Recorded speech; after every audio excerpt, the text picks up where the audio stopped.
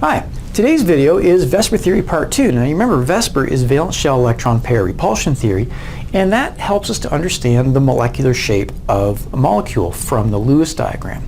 Now last time in Part 1 we looked at the basic shapes, and at that time I left you with a couple of questions, and one of the questions was what happens if the central atom has lone pairs or non-bonding electrons. And what's important for us to understand is those non-bonding electrons have to go somewhere. They're going to be in an orbital, and also that's going to influence the overall shape. So what we're doing today is taking a look at what we do with those lone pairs of electrons and where they go and how they influence the shape. Now because they repel, and if you recall, we also had a sort of a ranking of repulsion. So the lone pairs repel lone pairs very, very strongly. Lone pairs repel bonding pairs a little less strongly. And then compare that to bonding pairs repelling bonding pairs, also repel, but not as much as the other ones. Now for the notation, similar to what we used last time, but one extra little thing for this time is the letter E. Now again, I'm not a big fan of the class of molecule, the AXE business, but A represents our central atom, whatever that might be. X is the bonded groups, and we generally treat those as a single bonding pair, even if it's a double bond. And E, for this time, we're going to have our lone pairs. We're not going to have one of our structures will have 3 lone pairs, but other than that, we generally have 1 or 2 lone pairs. For our notation on this video, I'm going to be using this, don't judge my artwork, for representing an orbital with 2 electrons in it. That's our non-bonding or our lone pair of electrons. So as we start seeing the diagrams, and oh, what if one of those is a lone pair, you'll see that. So let's start with this, our basic shape. Our basic shape here, we call it trigonal planar, 3 bonding pairs. If I remove one of them as a bonding pair and use it instead as a lone pair of electrons, my shape has to adjust. And now my notation would adjust as well, but the shape is now going to become this. Now you'll notice that when I look at the molecule, I don't see the lone pair. I see a central atom and I see 2 bonded atoms, but the lone pair is there. It exists, it's in an orbital, it's influencing the shape, but I don't actually see it when I'm looking at the molecule. That one, again, we don't get real creative with our names. We just refer to it as bent. And you'll notice that the original bond angle was 120 if you refer to your notes from the previous video. This bond angle is going to be a little bit less than 120 because that lone pair is repelling the bonding pair more than the bonding pair is repelling the bonding pair. Now how much less than 120 degrees depends on a couple of things, and it doesn't really matter for us all that much. I want you to understand the influence that that lone pair is going to have on the bond angles. It's just going to make it less than 120. Moving on to our next basic shape, our tetrahedral.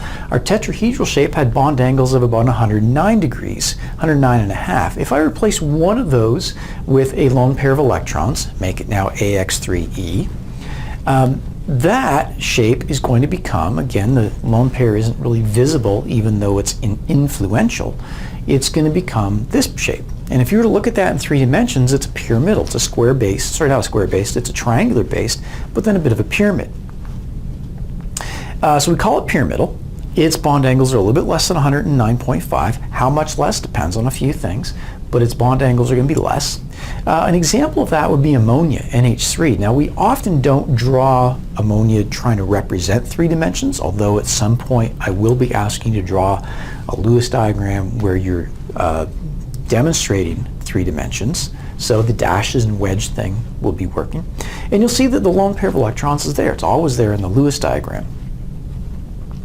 Moving on, if I go back to my basic shape and I now have 2 lone pairs of electrons, my shape is now an AX2E2. And again, you can see what I'm saying, but hopefully that the notation, that AXE business, it's not that helpful. I've got 2 bonding pairs, 2 lone pairs.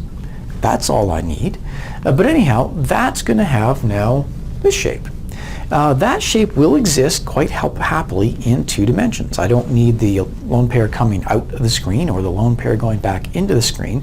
I can orient that in 2 dimensions. And I call it bent, and again its bonding angle will be a little bit less than 109.5. How much less depends on a few things. You'll often see that when you're talking about water. When you see pictures of water molecules, they're always in this bent orientation. Whether or not the lone pair is shown on the central atom or not, it might just be like a ball and stick model like you see here as well. Next basic shape was our trigonal bipyramidal. We had a lack of symmetry in this one. So we had some bond angles that were 90 degrees, some bond angles were 120. At this point we have a choice, or not really a choice, but we have a decision to make here. Does our lone pair go into the axial position, which on this diagram is the up-down, or does it go into one of the three equatorial positions, the one kind of going around the circle? If you look at bond angles and if you look at how things get repelled, the best choice for it is in the equatorial position. And it really comes down to those how many things are still at 90 degrees. So right now, I have two groups at 90 degrees compared to what I would have had, and I would have had three groups at 90 degrees. But equatorial orbitals are the best spot for that. If you look at that picture in what it becomes, if that's what you actually end up having, and I rotate that, now you start to see maybe where the name comes from. And it's a very simple, very descriptive, very understandable name. We call it a seesaw. Now I have seen a different name for it, but hardly ever. Just about everybody, every source I've ever seen calls it a seesaw. If you were to draw a structure like that and it ended up being this kind of thing where you've got four bonding pairs and one lone pair, 5 orbitals altogether, so starting on that trigonal bipyramidal structure, we could draw it like this, representing the 3 dimensions using the dash and wedge notation. Continuing with that basic thing, if I now had 2 lone pairs, now I'm going to kind of put them in a spot where it's going to make it most visually understandable, I think, but any of those equatorial positions are going to be the same. So I could have kept the one I started with and moved to one of these other ones. I chose to go with the 2 that are going in the 3 dimensions. So what I'll be left with is a 2-dimensional structure. But if I move that to an AX3E2 class, I end up with a shape that looks like this. And if you tilt your head a little bit, you can understand where we get the name T-shaped from. Please understand that these names, seesaw and T-shape, will work whether or not you can see the seesaw or not. As a Lewis diagram, we would end up drawing something like that. We don't need 3 dimensions. I mean, we could perhaps think of the 3 dimensions as we're talking about the lone pairs. And finally, one more. If I had a 3rd lone pair of electrons in there, and you can see they all go into the equatorial position, that means I'm going to have, it's just going to come right down to a linear. I didn't bring in another picture because I'm sure you can see that. I couldn't find an easy example to draw in terms of actual structures that are going to have that, but that's how it would end up looking. So if all of the equatorial positions, if there are 3 lone pairs and 2 bonding pairs, it's going to be linear. Again, the bonding pairs influence the shape, but you don't see them in the final molecule.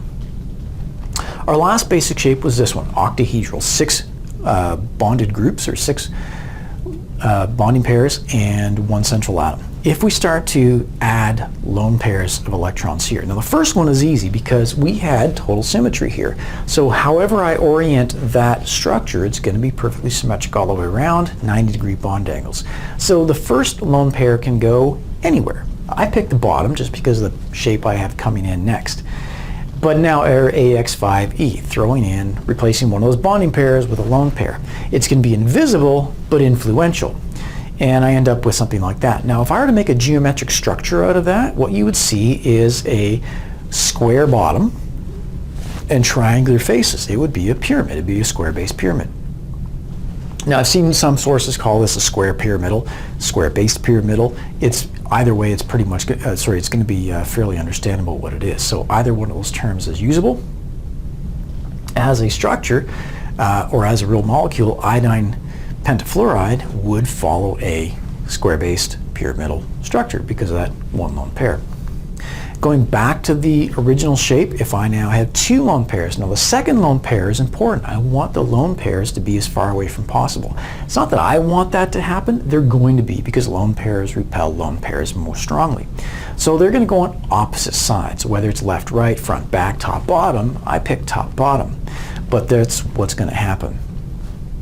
So I end up losing both of my, or whatever, you know, in this case it's sort of, they appear to be the axial position, but I lose opposite sides. What I end up with is now something that exists in 2 dimensions, and it's called square planar. Planar because it's in a flat, square because it, well, obviously it would fit into the corners of a square. As a structure of a molecule that would have that, where I am still trying to draw the 3 dimensions, it would look something like that. Now, quick comment about drawing 3 dimensions. The questions that you're going to be seeing are going to be, you're going to draw the Lewis diagram, predict the shape. You won't always have to represent 3 dimensions. I've been trying to do that here where it was appropriate, but it's not always going to be required. So if the dash and wedge thing isn't really working out for you so well, most of our Lewis diagrams will not require the dash and wedge notation. But I do want you to start to try and visualize these things in 3 dimensions, and dashes and wedges do make that a little bit more easily to be done. Now, okay, that's just not funny. Having said that, I do actually have a set of models that look exactly like that.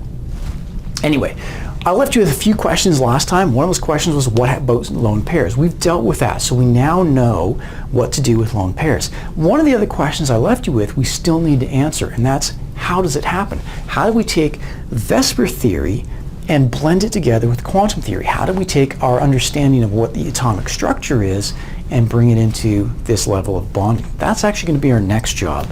So eventually, our questions will be, draw the Lewis diagram, predict the overall shape, and state the, let's say, the atomic structure that is being used to do that. But anyhow, that'll be our next topic after that, which is also a video, and I hope this went well. Talk to you in class. Really? Come on.